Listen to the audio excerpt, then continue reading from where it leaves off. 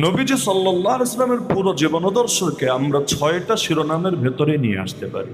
Just 6টা শিরোনামের ভেতরেই তার 23 বছরের পূর্ণাঙ্গ আদর্শকে আমরা আলোচনায় নিয়ে আসতে পারি, এবং এটা যদি আমরা সমাজে কোনোভাবে বাস্তবায়ন করতে পারি, এই দেশ এই সমাজও ইনশাআল্লাহ এক টুকরা সোনার মদিনায় পরিণত হবে ইনশাআল্লাহ। বাংলাদেশটাকে কেউ বানাতে চায় এক টুকরা দিল্লি, কেউ বানাতে চায় এক টুকরা ওয়াশিংটন, কেউ বানাতে চায় এক টুকরা তেল আবিব, কেউ বানাতে চায় এক টুকরা এরকম বিভিন্ন কাফের মুশরিকদের আদলে গড়া বিভিন্ন শহর। আর আমরা যারা আল্লাহকে ভালোবাসি, আমরা যারা নবীর প্রেমকে হৃদয়ে ধারণ করি, আমরা স্বপ্ন দেখি এই বাংলাদেশ অবশ্যই একদিন এক টুকরা সোনার মতো বরকতময় হবেই হবে ইনশাআল্লাহ। পার্থক্য হলো ওরাও চেষ্টা চালায় কিন্তু ওদের সাথে আল্লাহ নাই, আমরাও চেষ্টা চালাই আমাদের সাথে আল্লাহ আছে, যার কারণে ওদের সাথে যেহেতু আল্লাহর নুসরত নাই, চূড়ান্ত ধাপে বিজয় আমাদেরই হবেই হবে ইনশাআল্লাহ। পার্থক্য হলো এখানে যে দুনিয়াতে আল্লাহ তাআলা ঈমানদারদেরকে বিজয় দেয় সরাসরি না, কিছুটা পরীক্ষার পরে। এমন একজন নবীর নাম বলতে পারবেন যে নবী পরীক্ষা না দিয়ে বিজয়ী হয়েছেন? এমন একজন নবীর নাম বলতে পারবেন যে নবী মাজলুম না হয়েই চূড়ান্ত সফলতা লাভ করেছেন? যার কারণে ইতিহাসটাই এমন, ইসলামের বৃক্ষে ফুল তখনই ফোটে ওই বৃক্ষের শিকড়ে মাজলুমের রক্ত যখন ঝরে। তো যার কারণে একদিন নবীর আদর্শ প্রতিটা ক্ষেত্রে ইনশাআল্লাহ জিন্দা হবেই হবে, ব্যক্তি জীবনে, পরিবারে, সমাজে, রাষ্ট্রে, প্রতিটা ক্ষেত্রে। এমনকি এখন তো আমরা স্লোগান দেই আল কোরআনের আলো ঘরে ঘরে জালো। ইনশাআল্লাহ একসময় স্লোগান এমনও বের হবে আল কোরআনের আলো পার্লামেন্টেও জালো, আল কোরআনের আলো বিচারালয়েও জালো, আল কোরআনের আলো রাষ্ট্রের প্রতিটা সেক্টরে অবশ্যই জালো।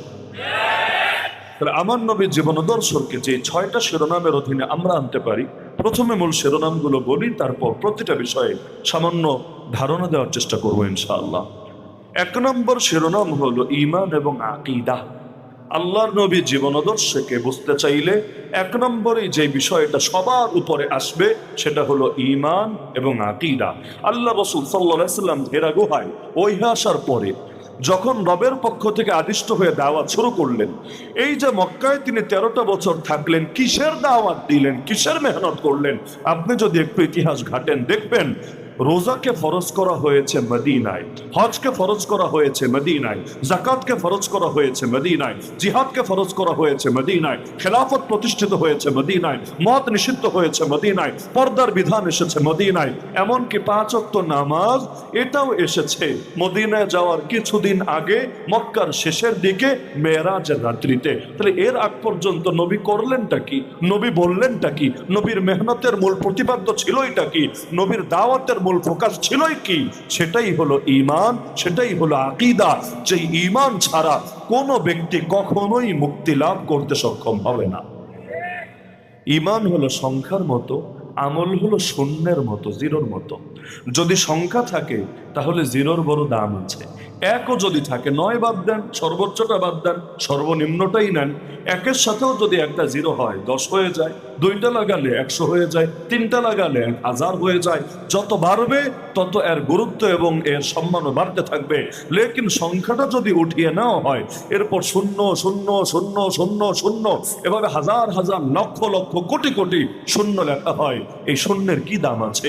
এরকম বস্তা বস্তা শূন্য নিয়ে দোকানে গিয়ে যদি বলি, দোকানদার তুমি আমার দুলা ভাই লাগো, আমার এইটা দিয়ে দাও, এই শূন্যের বস্তা রেখে দিবে আমারে? আরে দিবে আমারে? বলবেন আরে শূন্য দিয়ে কি হবে, শূন্যের আগে সংখ্যা লাগবে, সংখ্যা না থাকলে শূন্য বেকার হয়ে যাবে। তাহলে আমল যতই করেন, আমলের আগে ঈমান লাগবে। ঈমান সবার আগে। আমলকে শুধু আমরা করি, কাদিয়ানীরা করে না। আমলকে শুধু আমরা করি, ইহুদিরা করে না। আমলকে শুধু আমরা করি, খ্রিস্টানরা করে না। আমলকে শুধু আমরা করি, হিন্দুরা করে না। আমলকে শুধু আমরা করি, হিজবুত তাওহীদ করে না। আমলকে শুধু আমরা করি, শিয়া রাফেজি তারা করে না। আমল করে না কে? কিন্তু আমল দিয়ে কি হবে যদি ঈমানে ভেজাল থাকে? কাদিয়ানে নামাজ পড়তে পড়তে যদি কপালে দাগ ফেলে দেয়, দান সদকা করতে করতে যদি রাস্তার নিঃস্ব হয়ে যায়, রোজা রাখতে রাখতে যদি পেট শুকিয়ে পিঠের সঙ্গে লেগে যায়, হজ করতে করতে, উমরা করতে করতে বছরের বেশিরভাগ টাইম যদি তার সৌদিতে কেটে যায়, লেকিন ও যদি এই অবস্থায় মরে, ডাইরেক্ট জান্নাতে না ডাইরেক্ট জাহান্নামে? আল্লাহ সব পাপ মাফ করেন, শিরিকের পাপ মাফ করেন না। বাকি যত পাপ আছে, তওবা না করেও যদি মরে, ভাই তওবা করে কয়জন মরতে পারে? ওই কপাল কয়জনের জোটে? আমি তো দেখেছি কাশিমপুরে 1 বছর থাকাকালীন যাদের ফাঁসি হয়েছে আমাদের চোখের সামনে, একজন দুজন না, বহুত মানুষকেই দেখেছি শেষ দিনগুলো। আমার কাছে মনে হয়েছে যদিও ফাঁসিটা বড় কষ্টকর, কোনো সন্দেহ নেই, আর ফাঁসির পরের দৃশ্যটা আরো বেদনাদায়ক, কারো জিহ্বা ঝুলে যায়, কারো চেহারাও বিকৃত হয়ে যায়। লেকিন যাদের ফাঁসি হয়েছে তাদের 2-1 জন বাদ দিলে অধিকাংশকেই দেখেছি শেষের দিনগুলো আলহামদুলিল্লাহ আলহামদুলিল্লাহ এমন সুন্দরভাবে কেটেছে। ওই নামাজ আমরা কোথায় পাবো? ওই সেজদা আমরা কোথায় পাবো? ওই তওবা আমরা কিভাবে করব? যে জানতে পারছে 2 দিন পর আমার মরণ, যে জানতে পারছে 2 ঘন্টা পর আমার মরণ, আর ওই সময় দিলের যে হালত থাকে, আমি যদি ঘন্টার পর ঘন্টা ওয়াজ করে রাতও কাটায় দেই, এই দিলের হালত হবে না, হওয়া সম্ভব না। তো একদিকে তো কষ্ট, বান্দার ফাঁসি হচ্ছে, কিন্তু আরেকদিকে ভালো লাগাও কাজ করতো। আরে তওবা করে প্রস্তুত হয়ে আল্লাহর সামনে নিজেকে হাজির করতে পারছে, কিন্তু হঠাৎ হার্টবিট বন্ধ হয়ে যে মরে, পাপের হালতে যার প্রাণ চলে যায় আল্লাহর কাছে। এই যে রাস্তাঘাটে গাড়ি চলে, দেখবেন কোন কোন গাড়িতে ফুল আওয়াজে গান বাজতে থাকে, কোথাও গাড়িতে বাজে না, লেকিন কানের মধ্যে একটা এয়ারবাডস বা হেডফোন দিয়ে গান শুনতে থাকে। এই অবস্থায় দুর্ঘটনা হতে পারে নাকি পারে না? যদি হয়, একটা কবিরা গুনাহ চলাকালেই তো আল্লাহর বান্দার মরণ হয়ে যাচ্ছে। 2-4 মাস আগে পত্রিকায় আসলো এক নিউজ, এক গাড়ির ভেতর 2টো লাশ পাওয়া গিয়েছে। এমন অবস্থায় যাদের গায়ে কোনো জামা নাই, এক পুরুষ এক মহিলা শারীরিক মেলামেশা করছিল, ওই অবস্থায় গাড়ির পেছনের সিটে 2জনের মৃত্যু হয়েছে।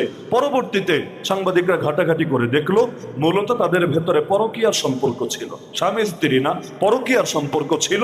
একজন সরকারি কর্মকর্তা আর মহিলা সেও চাকরি করত। ব্যাস ওই পাপ করো অবস্থায় কি হয়েছে আল্লাহ ভালো জানে, ওই রহস্য এখনো বের হয়েছে কিনা আমার জানা নাই। যে কোনো ভাবে তারা 2জনই সেখানে মরেছিল, আর বাকি মানুষগুলো ওই অবস্থায় তাদেরকে পেয়েছিল। কতই না নিকৃষ্ট এই মরণ।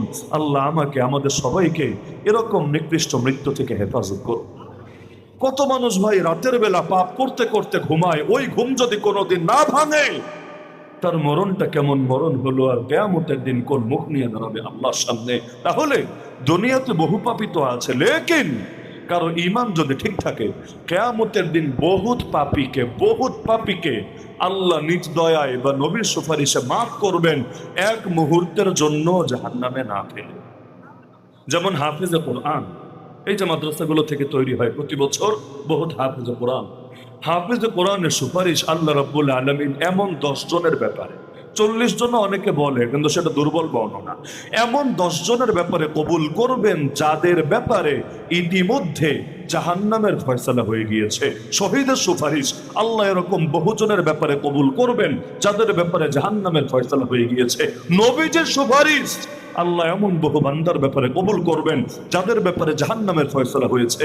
আমলে দুর্বলতা থাকলেও মাফ পাওয়ার একটা আশা আছে কিনা দিলের ভেতরে? তাও ডাইরেক্ট যদি মাফ নাও পাওয়া যায়, নির্দিষ্ট সময়ে জাহান্নামে পড়ার পর, জাহান্নামে ভোগার পর একদিন না একদিন মুক্তি কিন্তু মিলবেই মিলবে। লেকিন ইমানে যদি শিরিক থাকে, কিয়ামতের দিন সব আমল যাবে মিশে, সব আমল যাবে বরবাদ হয়ে। এজন্য আল্লাহ কোরআনে বলেন সূরা কাহাফের শেষের দিকে, কুল, হে নবী বলে দেন, আমার বান্দাগুলোকে বলে দেন, হাল নুনাব্বিউকুম বিল আখসারিনা আমালা, আমি কি তোমাদেরকে সবচাইতে ক্ষতিগ্রস্ত কারা আমলের বিবেচনায় তাদের পরিচয় দেব, তাদেরকে চিনিয়ে দেব?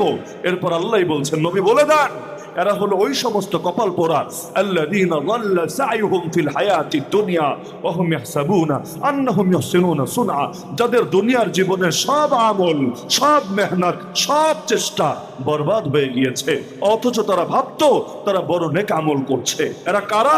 পরের আয়াতে আল্লাহ ব্যাখ্যা দিয়েছেন, উলাইকাল্লাযীনা কাফারু বিআয়াতি রাব্বিহিম ওয়া লিকাই, এরা ওই সমস্ত লোক যাদের ভেতরে কুফরি আকীদা ছিল, ওই কুফরি আকীদার কারণে সব আমলকে আল্লাহ বরবাদ করে দিয়েছেন। তাহলে শিরিকের গুনার কোনো মাপ আছে? শিরিক নিয়ে কেউ যদি মরে, ওই পাপ আল্লাহ কোনোদিন মাফ করবেন